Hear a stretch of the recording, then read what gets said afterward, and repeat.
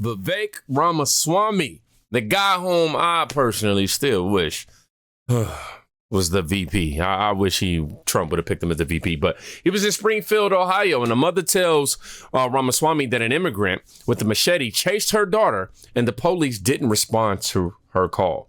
Now, mind you, Donald Trump said at the debate with Kamala Harris that they're eating cats and dogs, and for whatever reason, he's now being painted as a racist, only because the people he was saying eating cats and dogs are Haitian.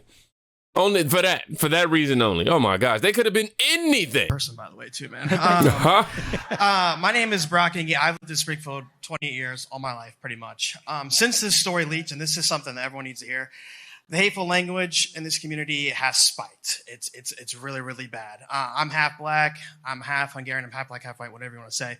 I've become a target of the hate. I can probably count on both hands, how many times a racial slur has been said my whole life. I've been called the N-word twice this week by just people who group me. It happens. Even though my skin may be lighter, I think people just group us together. There's horror stories of people who are darker skinned that have been chased down by people who are white, saying, get out of this country, friends of mine, friends of friends, and say, like, get out of here, you're Haitian, we don't want you here, even with the 6-month-old baby at a grocery store. So regardless, I find it shameful and I find it inappropriate whether I'm Haitian or American. What would you say to my fellow people here in the community in regards to this rhetoric? I don't think it can be tolerated. Tell me? Brock. Yeah. All right, so this is a serious question. I want to take a minute to address this. I can speak some truth here. I'm in the camp of long-standing believing that the United States of America is not a racist country and the least racist country known to mankind. I have never experienced that type of invidious racism growing up. But I also want to speak a hard truth here because there's something going on in the country right now. When I say right now, I'm talking like the last 9 to 12 months in this country. There is a weird uptick in racial tension in this country that did not exist in the 30 years that I grew up right here in Southwest Ohio. And a lot of it didn't exist. I'll tell you what, a lot of what we see now started with Obama. But y'all don't want to have that conversation. Tell you what's going on, because this gets to the essence of what's going on in this country. Oh, before I continue, I'm not saying that Obama started racism, okay? That's not what I'm saying. It bothers me. Take the immigration issue. You take 20,000 people who are unprepared to integrate into a community, dump them into a city of 50,000, you're going to get a reactionary response. Then you demonize the people who have the reactionary response, who say, oh, you're blaming me. They're going to have ill will, in this case, towards the Haitian community. On the racial point, let me mention this too, because I see this happening. There's no better way to create racism in America, anywhere, than to take something else away from someone's family because of their skin color. So whether it's a seat in college or whether it's a job or now even forms of federal aid under the likes of Gavin Newsom or Kamala Harris, say that you only get certain forms of aid.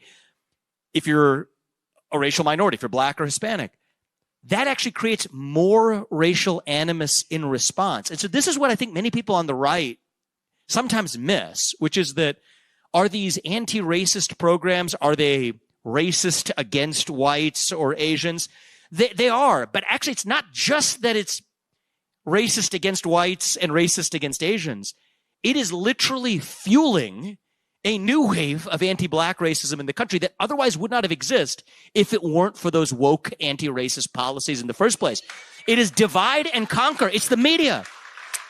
The media's throwing kerosene on this. And so here's what was happening. It's like the final embers of racism were burning out in America. And then they're throwing kerosene on it all over again. It is a divide and conquer strategy. They want to divide us on ourselves. And you know who it's up to make sure they can't get away with that? It's up to us. It's up to we, the people, to say hell no to that vision.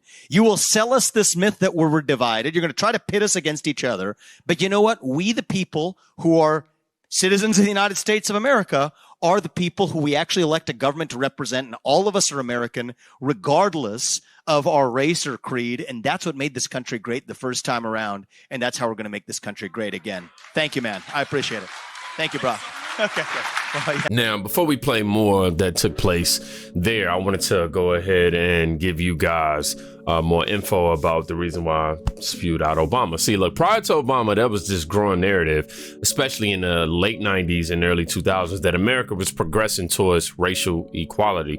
This period saw a rise in more inclusive media representation and policies aimed at reducing racial disparities. The election of Obama is seen as a testament to this progress, symbolizing that America had indeed moved forward from its racially segmented past. But left-wing media, in the effort to combat what they perceived as subtle or overt racism against Obama, might have inadvertently contributed to a narrative that emphasized racial divisions. Now, I'll just say that they knew what they was doing. I don't care what you're saying. And by highlighting every racial incident or comment, there is definitely a risk of creating a feedback loop where racism was both more visible and seemingly more prevalent, possibly due to an increase in racism itself, but due to an increased scrutiny in reporting. So, yeah. It was around that time that I started to see everything become about race. Every single thing. This white man tell this black person to get off his lawn, and respectfully, not even respectfully, justifiably, but just because he's white and told him to get off his lawn because he's black, now he's racist. Like, this is the type of stuff that I'm starting to see going on in America. Everything is being seen as racist. Now, this Springfield, Ohio mother tells Vivek Ramaswamy that an immigrant with a machete chased her daughter, and the police didn't respond to her call at all. Now, you remember the guy who spoke before. You remember what he said. Now, let's go ahead and put two and two together. Hi. So I have a young daughter. I have two daughters, actually. Sure. And one of my daughter is younger. So I want to talk about the crime a little bit. Sure. Personal crime. So she's been followed around Walmart. She's been stalked. She ran to her car, threw her stuff down, ran to her car. She was chased. Okay? They were immigrants. She was chased by a man with a machete on her way to work. Called the police.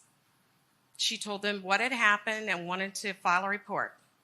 2 hours later, the police still had not called her back and never checked on the crime.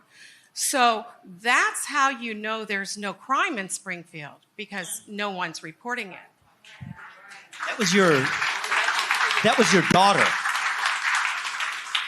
So I guess, does she have any sense for whether those were illegal immigrants into the country? I mean, she probably wasn't conversing with them while they're chasing her with a machete, but okay, readily identified. See, here's the thing, and it's uncomfortable to say this, but it's true. If your first act of entering the country breaks the law, then you're more likely to break the law when you're already here, right? And this is, I don't like just talking about the easy issues. Let's talk about the hard issues. I mean, they hit President Trump a lot for the so-called, the one they really tried to nail him for was the family separation policy, right? Right. Anybody in this room know how many mothers in the United States of America are in prison right now? It's about 350,000, actually. And yes, I have a book coming out next week, and I've got a Fox Nation special coming out next week. It's called Truths. Lays out a lot of these hard truths. That's one of the truths. It's a hard truth. It's about 350,000 mothers who are in prison. You know who we don't make them take with them? We don't make them take their kids. Their children. Right? Yeah, they're all left And we alone. say that, that's a difficult situation, but you deal with it in a different way. And so I think we have to restore the culture of the rule of law in this country. In this town alone, double the number of shoplifting crimes in the last 2 years. 2 years is not a long time for shoplifting rates to double. Auto thefts are up by over 50% in that same time frame. And as you said, based on your daughter's story, that's against the backdrop of many of them likely even going unreported. We got to restore that culture of the rule of law. But part of the reason we're seeing this too is that many illegal immigrants into this country, many other criminals in this country, when they see the top law enforcement agencies in the United States of America themselves not following the law, then they rightly ask the question, well, why the heck should I have to follow the law anyway? So top to bottom and bottom to top, we have to restore the rule of law in the United States. It's who we are, and that's how we save this country. So I appreciate that. I'm glad your daughter's safe. Thank you for sharing the story. Now, because I'm short for time, I got to get straight into this one. This is probably my favorite part of this whole interview right here. how do I say, rally, get together? I don't know, gathering. When this woman acknowledged the obvious, it's like you have the people in your town that's local, that's actually there to help aid and help, the community, help the Americans. It takes for somebody to come all the way across the other side of the country to actually make something happen. Why? I have one question. My name is Chrissy. You came here from your hometown. We have city officials that live right here in Springfield and have not set up a meeting like this for Springfield. You said your tickets were free, right? Yes, they are. We're not making money tonight. Okay, listen to me.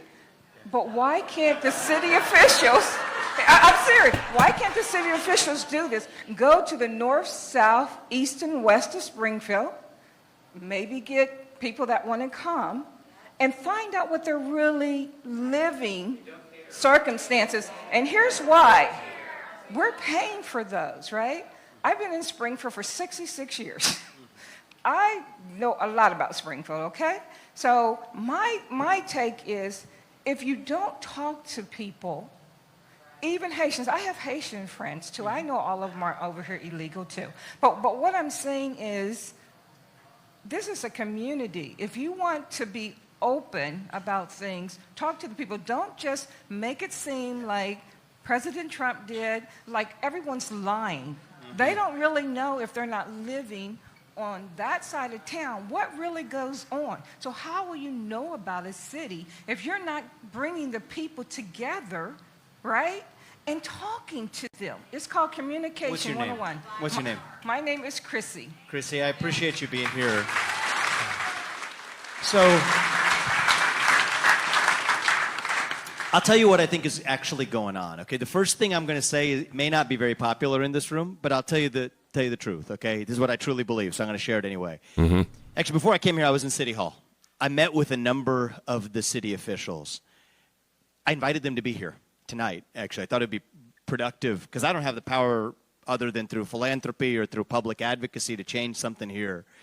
And we'll try to use the power of, my platform voice to cause positive change here. But I invited them to be here because they're in a position to run the city. And I'll tell you what I believe. I know many of you may feel like your leadership doesn't care. I met with them. I don't think that's true. I think I sat there for an hour with them after we met with the Haitian group. I think they actually really do care, at least the subset I met with. And I know that's not a popular view maybe in this room. But I will tell you what I do see happening in the country. I think there's a culture of fear, actually. I think the reason they're not here tonight is not because they don't care about this. It's because they're scared, actually.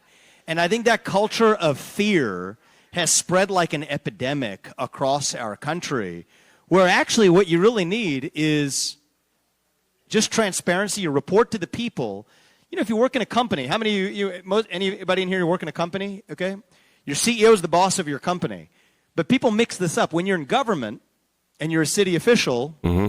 or you're a mayor or whatever, your boss is actually the people who are in this room today. And it's not just the people in the city who mess that up. That's the federal government as well. And so what I hope to do today is to show that actually talking to the people of Springfield isn't that scary. The way the town council meeting, somebody came up, will be demonized for speaking about their own experience. We're live streaming this for the world to see that actually these are just good, patriotic Americans who love their country and love their city, who are struggling because the people who they elected to run their federal government all the way down have let them down. And you don't have to be scared of actually being face-to-face with your fellow citizens. So I did my best. I can't control what they do, but I did do my best to highlight this today. I thought that was a really, really great question, and Vivek definitely added a perspective that I didn't even think about. Immediately, my thought process was, well, the reason why they not showing up and talking to the people is because they Democrats, okay? You know what I mean? They don't care. Whoa. Kamala should be doing this type of job. She should be out here talking to the people as well, but we're not gonna make it about Kamala. We're gonna talk about the local officials. They should be out there. And that was my first initial thought process, but then he brought up, okay, well, it's culture, man. They're afraid to show up, which doesn't make it right for them not to show up, but understandably so if they genuinely feel like their safety is at risk. But it only adds to the conspiracy of you don't care because you don't show up. You know, I mean, use some of them tax dollars that you already spending to get you some security, you know what I mean, to make sure you good. Let's read a few of these comments. If the city officials are too scared to meet with their own constituents, it's time to vote in new officials. Definitely agree with that. 100%. I mean, you should not be afraid of your people. Understand, like I say, understand that they are afraid and they felt like, you know, okay, if you genuinely feel like you are afraid, you need to stay at home for your safety. Totally understandable. Doesn't mean that I agree that you should be in that position at all, though. Nah, man, we need somebody who tough out here. Somebody said there's a lot of national pressure to silence what is happening in Ohio. Let's read a few more. The city officials, they are cowards. Vivek out there getting answers and breaking down walls. We don't move forward without dialogue. This man gets it. And that's one of the biggest reasons why I admire him, because he's the one person, well, one of the few that I know to this day, that is willing to answer the hard questions just as he's willing to answer the easy questions, man. Yeah, it could be that they scared of getting caught too. They all getting paid.